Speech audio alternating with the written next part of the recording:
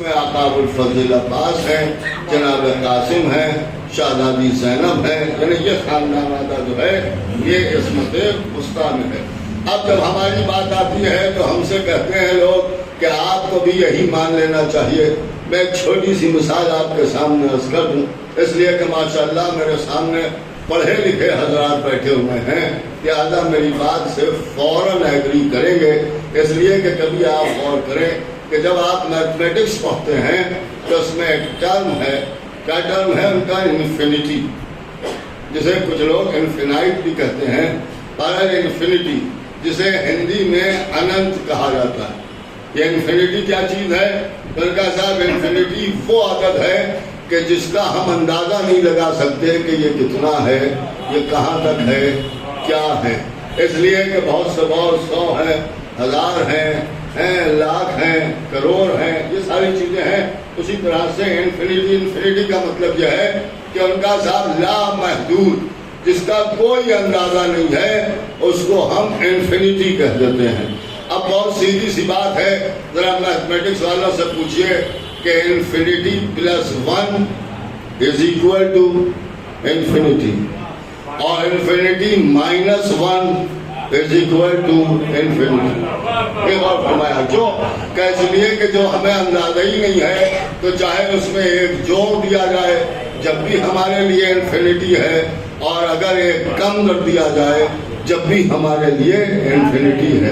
اس کا مطلب یہ ہے کہ ایسی شے کہ جو ہمیں معلوم ہی نہیں ہے اس میں اضافہ کر دیجئے تب بھی نامعلوم ہے، اور اگر اس میں سے کچھ گھٹا دیجئے جب بھی نامعلوم ہے۔ آپ اور کر رہے ہیں جو بات کر رہا ہوں۔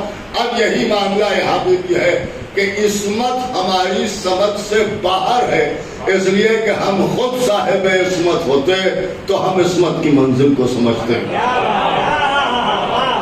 لہذا عصمت میں اضافہ ہو جائے جب بھی ہمارے لیے عصمت ہے، اور اگر عصمت میں کچھ کمی ہو جائے جب بھی ہمارے لیے عصمت ہے۔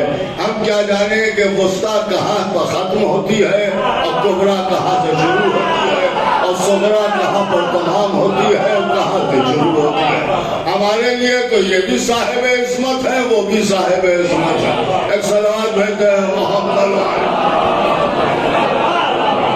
ایک اور صلوات بھیجتے ہیں محمد۔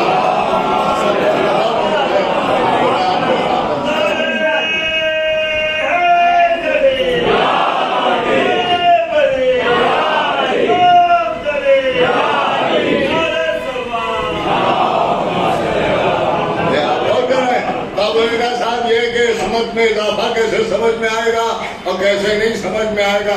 اب ایک کھلی ہوئی بات ہے کہ جہاں منصب کا اضافہ ہے وہ بھی عصمت ہے، اور جہاں منصب نہیں ہے وہ بھی عصمت ہے، تو ہمارے لیے تو یہ بھی عصمت ہے، وہ بھی عصمت ہے۔ اب عصمت کے اوپر ذرا سا غور فرمائیں، پوری توجہ سنیے گا۔ لوگوں سے ہم یہی کہتے ہیں کہ کم سے کم جب ممبر پر آؤ تو پڑھ کے آؤ، پھر پڑھو۔ ایک صلوات پڑھے محمد علیہ۔ بغیر پڑھے نہیں آنا چاہیے، پوری توجہ سنیے گا، بغیر پڑھے نہیں آنا چاہیے۔ لوگ کہتے ہیں ہر ایک کو ممبر نہیں دینا چاہیے، ہم بھی کہتے ہیں ہر ایک کو ممبر نہیں دینا چاہیے، لیکن ہر ایک کو ممبر بھی نہیں دینا چاہیے اور ہر ایک کو مصلی بھی نہیں دینا چاہیے۔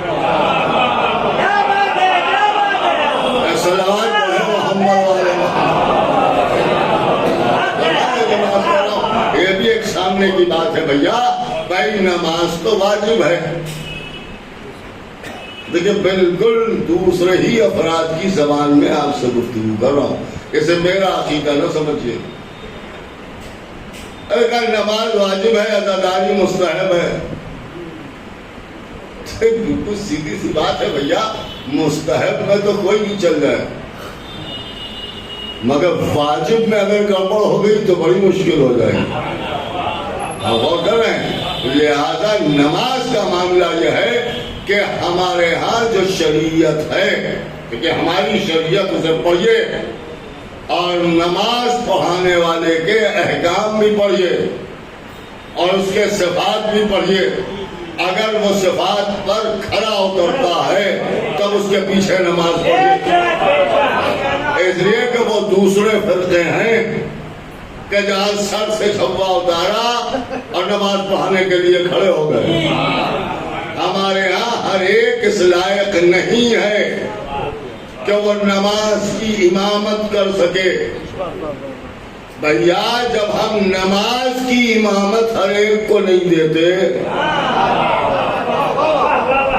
تو پھر نبی کی امامت ہر ایک کو کیا دے دیں گے؟ ایک صلوات وہ ہے محمد والا. ایک چھوٹے چھوٹے جو امام بن گئے. اور ایک بات یہ بھی پورے چیلنج سے آپ کے سامنے رکھ رہا ہوں، اسی لیے میں کہتا ہوں کہ جب تک میری زندگی ہے مجھ سے کچھ سن لیجیے اور اسے سمجھ لیجیے. ہمارے فرقے میں نماز پڑھانے والے کے لیے کہ یہاں ہمارے بزرگ بیٹھے ہوئے ہیں وہ میری تائید کریں گے. نماز پڑھانے والے کے لیے پیش امام کا لفظ نہیں استعمال ہوتا تھا. سلیم بھائی آپ کو کریں، پیش امام کا لفظ نہیں استعمال ہوتا تھا. ہمارے ہاں پیش نماز ہوتے تھے. نہیں غور فرما رہے ہیں، اس لیے کہ لفظ امام تو ہم صرف امام کے لیے استعمال کرتے ہیں اور اس کے علاوہ ہم کسی کو چھوٹا سا بھی امام ماننا نہیں سمجھتے. کیوں؟ آئیے آج آپ کو ایک حدیث سناؤں، شاید ہمارے بچوں نے پہلے نہ سنی. جناب ختمی مرتبہ احمد مصطفیٰ محمد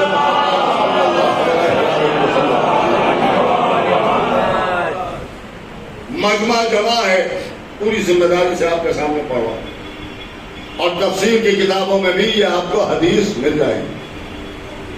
مجمع جمع ہے اصحاب کا، اچھے برے ہر طرح کے لوگ بیٹھے ہوئے ہیں. آل محمد پر جان دینے والے بھی بیٹھے ہیں اور علی سے بغض رکھنے والے بھی بیٹھے ہیں. رسول اللہ کو جب مشروط مجمع مل جاتا تھا تو رسول اللہ علی کے فضائل سنا کے لوگوں کو الگ الگ کر دیتے تاکہ زمانے کی سمجھ میں آ جائے چاہنے والا کون ہے اور عداوت رکھنے والا کون ہے. رسول اللہ نے علی کے فضائل سنانے میں کبھی یہ کوشش نہیں کی کہ ایسی بات بیان کریں کہ سب خوش ہو جائیں، کیونکہ نبی جانتے تھے کہ علی کے معاملے میں سب نہیں خوش ہوں گے. اب ہم سے بھی کچھ لوگ کہتے ہیں ایسی پڑھیے کہ سب خوش ہو جائیں. تو بھیا جب نبی سے سب خوش نہ ہوئے تو ہم سے کیا خوش ہوں گے؟ ایک صلوات پڑھے محمد والے محمد. حدیث رسول اللہ نے ارشاد فرمائی، بھرا ہوا مجمع، اصحاب کا مجمع، جان دینے والے آپ کیا رسول اللہ کریں گے جو وہ رسول اللہ کرتے تھے، چاہے جس دن سے کرتے تھے، مگر کرتے تھے کم سے کم سامنے تو کرتے ہی تھے. رسول اللہ کے سامنے تو کرتے ہی تھے. بھرا ہوا مجمع، سب بیٹھے ہوئے ہیں. ایک چاہنے والے نے مسکرا کے نبی کی طرف دیکھا اور اس کے بعد یہ کہا کہ یا رسول اللہ کچھ ہمارے مولا کی شان میں بیان فرمائیں. رسول اللہ نے ارشاد فرمایا ہاں کیوں نہیں. اور اس کے بعد حضرت علی کو اپنے قریب بلایا اور بلا کے کاندھے پہ ہاتھ رکھا اور لوگوں سے کہا سنو ادھر دیکھو. سب نے مڑ کے دیکھا. رسول اللہ نے فرمایا یہ امام ہے. سب نے کہا بے شک بے شک بے شک. مسکرا کے فرمایا خالی بے شک نہیں پوری بات سنو. یہ امام ہے اور ان کے مقابلے میں اگر کسی نے کسی کو امام بنایا تو گویا اس نے میرے مقابلے میں نبی بنایا، اور اگر کسی نے میرے مقابلے میں نبی بنایا تو گویا اس نے اللہ کو چھوڑ کے اس کے مقابلے میں کسی کو اللہ بنایا. اور اس کے بعد فرمایا کہ جس نے اللہ کے مقابلے میں اللہ بنا دیا، وہ دائرہ اسلام سے باہر ہو گیا۔ نہیں غور فرمایا آپ نے؟ اس کا مطلب یہ ہے کہ نبی نے اپنی زندگی میں یہ فیصلہ کر دیا کہ اگر تم نے علی کو چھوڑ کے کسی کو بھی مانا تو پھر تم نے اللہ کو چھوڑ کے کسی اور کو اللہ مان لیا، اور جب اللہ مان لیا تو مشرک ہو گئے۔ دیکھیے مشرک ہو گئے۔ اب آپ نے غور فرمایا، یہ بتایا کہ علی کو چھوڑ کے کسی کو نہ مانو، یا یوں سمجھ لیجیے کہ علی کے غیر کو کبھی نہ مانو۔ ماننا ہے تو یا علی کو مانو یا علی والے کو مانو۔ اور اس کے بعد فرمایا کہ خدا کی قسم امامت صرف و صرف ان کی اور ان کی اولاد کے لیے ہے، ان کی اور ان کی اولاد کے لیے ہے۔ اب ظاہر سی بات ہے کہ لوگوں نے علی کے مقابلے میں امام بنائے، اور جب امام بنائے تو اللہ نے آواز دی کہ ٹھیک ہے تم نے بنا لیا تو اب میرے پاس بھی آنا، تو اپنے امام کے ساتھ آنا۔ اب جس کا جیسا امام ہوگا وہ اس کے ساتھ وہاں جائے گا، اور جب وہاں جائے گا تو جہاں وہ امام جائے گا وہیں اسے بھی جانا پڑے گا۔ خطیب الایمان مولانا طاہر جرگلی یہاں پر ایک جملہ کہا کرتے تھے کہ کسی کے کسی امام نے یہ دعویٰ نہیں کیا ہے کہ وہ جنت جائے گا۔ نہیں توجہ فرما رہے، کسی کے کسی امام نے یہ دعویٰ نہیں کیا ہے کہ وہ جنت جائے گا، لیکن ہمارے امام نے ہم سے یہ وعدہ کیا ہے کہ ہم تمہیں جنت لے جائیں گے۔ دونوں میں فرق ہے۔ اس کا مطلب یہ ہے کہ کسی کے امام کے لیے یہ کنفرم ہی نہیں ہے کہ وہ جائے گا کہاں۔ تو جس کی منزل ہی طے نہیں ہے اس کے پیچھے کہاں جا رہے ہو؟ اگر جانا ہے تو اس کے پیچھے جاؤ کہ تو یہ آواز دے کہ میں تمہیں جنت لے جاؤں گا، اور وہ صرف ذات مولا علی کی ہے۔ اب عصمت کے سلسلے سے جو گفتگو ہو رہی ہے وہ ایک عجیب و غریب بات ہے۔ خدا کی قسم علامہ محی الدین بن محمد عربی اپنی کتاب میں تحریر کرتے ہیں، بڑے غور سے سنیے گا، بڑے کام کی چیز ہے کہ میں آپ کے سامنے عرض کر رہا ہوں۔ وہ تحریر فرماتے ہیں کہ رسول اللہ نے جناب سلمان فارسی کے لیے یہ حدیث ارشاد فرمائی کہ سلمان و منا اہل البیت، کیا آپ سب کی سنی ہوئی حدیث؟ سلمان ہم اہل بیت میں سے ہیں۔ ہمیشہ سلمان کو سلمان فارسی کہا گیا، لیکن جب نسبت اہل بیت سے دے دی گئی تب سے سلمان کو بہت سے لوگوں نے سلمان محمدی کہنا شروع کیا۔ اور اس کے بعد وہ تحریر کرتے ہیں کہ اس میں سلمان کو نبی نے اہل بیت کی طرف نسبت دی ہے۔ دیکھیے جب بحث ہے، اہل بیت کی طرف نسبت دی ہے، اور اہل بیت وہ ہیں کہ جن کا انحصار آیے تطہیر کیے ہوئے ہے۔ اللہ نے یہ وعدہ کیا ہے کہ کسی قسم کی کسی نجاست کو تمہارے قریب نہیں آنے دوں گا۔ تو وہ کہتے ہیں کہ ازروع قرآن کوئی نجاست اہل بیت سے تعلق نہیں رکھ سکتی۔ لیکن جو جملے ہیں وہ یاد کر رہا ہوں، نسبت نہیں پا سکتی۔ اور اس کے بعد کہتے ہیں کہ جو نسبت پا جائے وہ نجاست نہیں ہو سکتی، اس لیے کہ اگر نجاست نسبت پا جائے تو پھر قرآن کی آیت غلط ہو جائے گی، اور قرآن اگر غلط ہو جائے گا تو دنیا میں صحیح کیا بچے گا؟ لہذا کیونکہ اللہ نے کہا ہر قسم کی نجاست کو دور رکھوں گا، تو پھر جو نسبت پائے گا وہ پاک و پاکیزہ ہوگا۔ اور پھر یہ جملہ انہوں نے لکھا، پوری توجہ سنیے گا، یہ محی الدین جو ہے یہ ہم میں سے نہیں،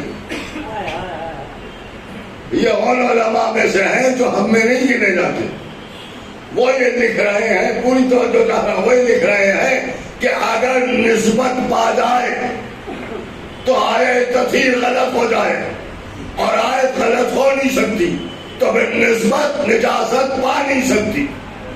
کوئی گناہ بھی نسبت ہے، یہ ممکن نہیں، لیکن بہت آسان کر کے میں آپ کے سامنے عرض کر رہا ہوں، نجاست نسبت نہیں پا سکتی، تو کہا گناہ بھی ایک قسم کی نجاست ہے، اور جب گناہ بھی نجاست ہے تو جس کی زندگی میں گناہ ہوگا وہ آل محمد سے نسبت نہیں پا سکتا، لیکن نبی نے سلمان کو نسبت دی، اور جب نسبت دی تو نسبت دینے کا مطلب ہی یہ ہے کہ سلمان کی زندگی میں بھی کوئی گناہ نہیں ہوگا۔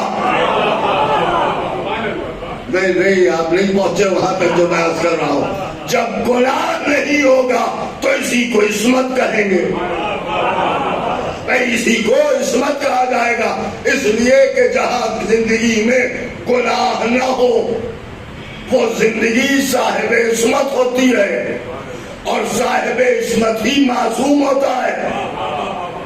اب محی الدین کہہ رہے ہیں کہ سلمان بھی ایک قسم سے معصوم ہے، اور عصمت کی دلیل یہ ہے کہ نبی نے فرمایا منا اہل البیت، اگر یہ صاحب عصمت نہ ہوتے تو یہ اہل بیت سے نسبت کیسے پاتے؟ اس کا مطلب یہ ہوا کہ اہل بیت کی عصمت اس منزل پر ہے کہ جو نسبت پا جائے اسے غیر بھی معصوم سمجھنے لگتا ہے، دیکھیے غیر بھی معصوم سمجھنے لگتا ہے۔ اب میں کہوں گا کہ علماء اسلام آپ نے یہ تو لکھا لیکن غلو تو نہیں ہوا، نہیں توجہ فرما رہے ہیں بھائی، غلو تو نہیں ہوا، شرک تو نہیں ہوا، بدعت تو نہیں ہے، حرام تو نہیں ہے، یہ بات ہر ایک کی خوب سمجھ میں آ گئی، اس لیے کہ معاملہ سلمان کا تھا، اور سلمان ہے صحابی، ان صحابیوں نے، یا جو کہا جائے کہ صحابیوں کی منزلت سمجھ سمجھ کے بہت سے وہابی ہو گئے۔ اب آپ ذرا غور فرمائیں، میں تو انہی کی بات سے استدلال کر رہا ہوں، ٹھیک، سلمان کو معصوم مان لیجئے، کیوں کہ اس لیے کہ اہل بیت سے نسبت، اہل بیت سے نسبت، تو جو اہل بیت سے نسبت پا جائے وہ ہے معصوم۔ بڑے افسوس کی بات ہے جسے خالی نسبت مل جائے وہ تو معصوم کہلائے، اور جسے فاطمہ اپنا بیٹا کہے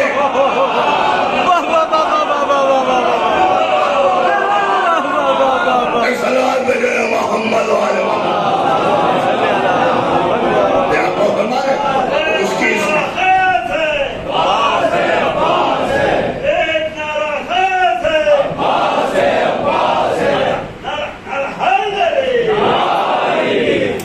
متوجہ ہو جائے، اس کا مطلب یہ ہے کہ جو اہل بیت سے منسلک ہو جائے، جو نسبت پا جائے، وہ صاحب عصمت، وہ صاحب طہارت، وہ پاک و پاکیزہ آخری جملہ سنیے تو میں سمجھتا ہوں ہر علی کے چاہنے والے کا دل جھوم نہ جائے تو مجھے بھی علی متقی نہ کہیے گا، اس لیے کہ یہی رواج ہے، اسی طرح سے بات کی جاتی ہے۔ صلوات پڑھیں محمد والے۔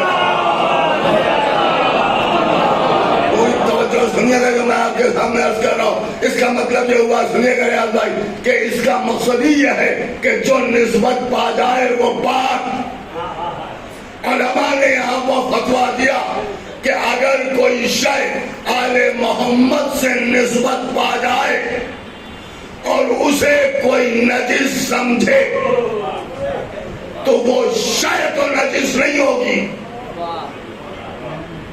کیا جب جملہ ہے، وہ شے تو نجس نہیں ہوگی، بلکہ اسے نجس سمجھنے والے کا شجرہ ضرور نجس ثابت ہوگا۔ بات میں نے مکمل کر دی، اس میں کسی نے دیکھیں کوئی قید نہیں لگائی، کلیہ بیان کیا ہے، جو نسبت پا جائے اسے نجس سمجھنے والا خود نجس ہے۔ نہیں توجہ فرما رہے، نسبت جو شے پا جائے اسے نجس سمجھنے والا اپنے شجرے کی نجاست کا اعلان کر رہا ہے۔ اب یہ تلاش کرو کہ اہل بیت سے کون کون سی شے نسبت پا چکی۔ یہ فرش اعضا حسین سے نسبت رکھتا ہے، یہ عزادار حسین سے نسبت رکھتے ہیں، یہ سر سے نکلتا ہوا خون حسین سے نسبت رکھتا ہے، اب ماتم سے نکلنے والے خون کو نجس سمجھنا اپنے شجرے کی نجاست ہے۔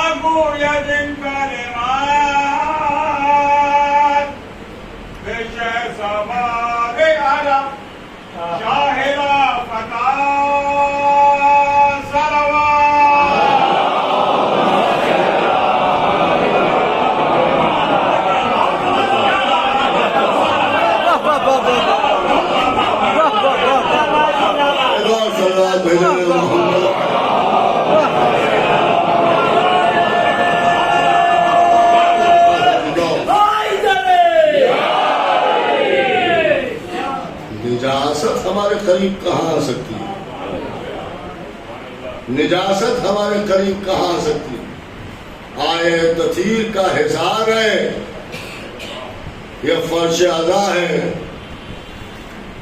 فرش اعضا ہے، اور فرش اعضا پہ معصومین آتے ہیں، اور جب معصومین آتے ہیں تو وہاں نجاست کا کیا سوال پیدا ہوتا ہے؟ طہارت تو ثابت ہوتی ہے آل محمد کے آ جانے سے، دیکھیں آل محمد کے آ جانے سے، خدا کی قسم لوگ پوچھتے ہیں کہ صاحب اس کی دلیل کیا ہے کہ معصومین مجلس میں آتے ہیں؟ میں تو یہی کہتا ہوں کہ مومنین کی واہ واہ اور مومنین کی آہ خود اس بات کی دلیل ہے کہ معصومین فرش پر موجود ہیں، اس لیے کہ اگر صاحب معاملہ نہ ہو تو پھر آنکھ میں آنسو نہیں آ سکتا۔ عزیزوں، زہرا کا بھرا گھر لٹ گیا، حسین پر بڑے ظلم ہوئے ہیں، اب مزید ظلم نہ کیا جائے تو بہتر ہے، اس لیے کہ لوگوں کی ان حرکتوں سے اور ان باتوں سے حسین کو بڑی اذیت پہنچتی ہے۔ آقا حسین اس وقت تڑپ جاتے ہیں جب حسین کے عزادار کو اذیت پہنچی. اس لیے کہ اگر ہم حسین سے محبت کرتے ہیں تو حسین بھی ہم سے بڑی محبت کرتے ہیں. ہم حسین سے کیا محبت کریں گے جو حسین ہم سے محبت کرے. اس گھرانے نے ہمیں ہر وقت یاد رکھا اور یہ سب فالتو کی باتیں اگر نہ کی جائیں یا ازاں میں تو بہتر ہوگا. مجلس کا مطلب پرسا ہے. مجلس کا مطلب پرسا ہے. یہ پرسا دیا جا رہا ہے شہزادی اور اس پرسے کو آپ بس یوں سمجھ لیں کہ اگر کسی کے یہاں کوئی مر جائے اور آپ پرسے کے لیے جاتے ہیں تو وہاں جا کے آپ کیا کرتے ہیں؟ آپ وہاں جا کے یہ باتیں نہیں کرتے ہیں کہ عمل یوں کرنا چاہیے، یتیم کی یوں مدد کرنا چاہیے، بلکہ جب کوئی پرسے کے لیے جاتا ہے تو اگر فضائل بیان ہوتے ہیں تو مرنے والے کے، اسی کا نام پرسا ہے. اور اگر بیماری کا تذکرہ ہوتا ہے، موت کا تذکرہ ہوتا ہے تو مرنے والے، اس لیے کہ اسی کا نام پرسا ہے. جب پرسا دیتے ہیں تو مرنے والے ہی کا تذکرہ کرتے ہیں. اور پرسا بس پرسا ہوتا ہے. اور پرسا دینے کے وقت پر اگر کوئی شخص ادھر ادھر کی باتیں کرنے لگتا ہے تو اسے روک دیا جاتا ہے. امام نے ارشاد فرمایا کہ ملعون ہے وہ شخص جو کسی کے جنازے میں جائے اور ادھر ادھر کی گفتگو کرے. تب آپ انصاف سے بتائیں کہ ہم جیسے انسان کے پرسے میں پہنچنے والوں کے درمیان اگر ادھر ادھر کی باتیں ہوں تو امام اسے ملعون کہتے ہیں. اور ایام عزا میں اگر آپ پرسا دینے کے لیے فرش عزا پر آئیں تو آپ ہم سے بحث کریں کہ ادھر ادھر کی بات کرو. نہیں، پرسا دو. شہزادی جو فرش عزا پہ آتی ہیں تو پرسا لینے کے لیے آتی ہیں، آپ کا کلاس لینے کے لیے نہیں آتی. آپ سے آنسوؤں کا نذرانہ چاہتی ہیں. زہرا کا لال کربلا میں رلا رلا کے مارا گیا. اب مزید ظلم اس پر نہ کیا جائے تو بہتر ہے. ہم بھی حسین سے محبت کرتے ہیں اور حسین بھی ہم سے بڑی محبت کرتے ہیں. اب بات آ گئی ہے تو یوں آپ کے سامنے ایک واقعہ عرض کر دوں. اس واقعے کو میں نے اکثر آپ کے سامنے عرض کیا ہے. روضہ حسین ابن علی تیار ہو گیا، زائرین زیارت کے لیے آنے لگے. شہر حلہ سے ایک بی بی روضے پر زیارت کے لیے آتی تھی، زری سے لپٹ کے بیان کرتی تھی، آقا حسین کو یاد کرتی تھی، حسین پر آنسو بہاتی تھی، گریہ کرتی تھی. ایک روز جب آئیں تو مجمع بہت زیادہ تھا. یہ بی بی باہر بیٹھ کے روتی رہی. جب مجمع کم ہوا تو یہ بی بی اندر داخل ہوئی، زری کا طواف کیا، پائی نے پا جہاں سے شہزادہ علی اکبر کی زری اور امام حسین کی زری ملتی ہے وہاں پر بیچ میں بیٹھی. ایک ہاتھ شہزادے کی زری پر رکھا، ایک ہاتھ آقا حسین کی زری پر رکھا. چیخیں مار مار کر رونا شروع کیا. کبھی اور محمد یاد آئے، کبھی قاسم کا پامال لاشا یاد آیا، کبھی عباس کے کٹے ہوئے شانے یاد آئے، کبھی علی اکبر کی جوانی کا ماتم کیا، کبھی اڑا ہوا گہوارہ یاد آیا، کبھی حسین کی تشنگی بآنسو بہائے. شام ہو گئی، دربار برخاست کرنے کا وقت آیا.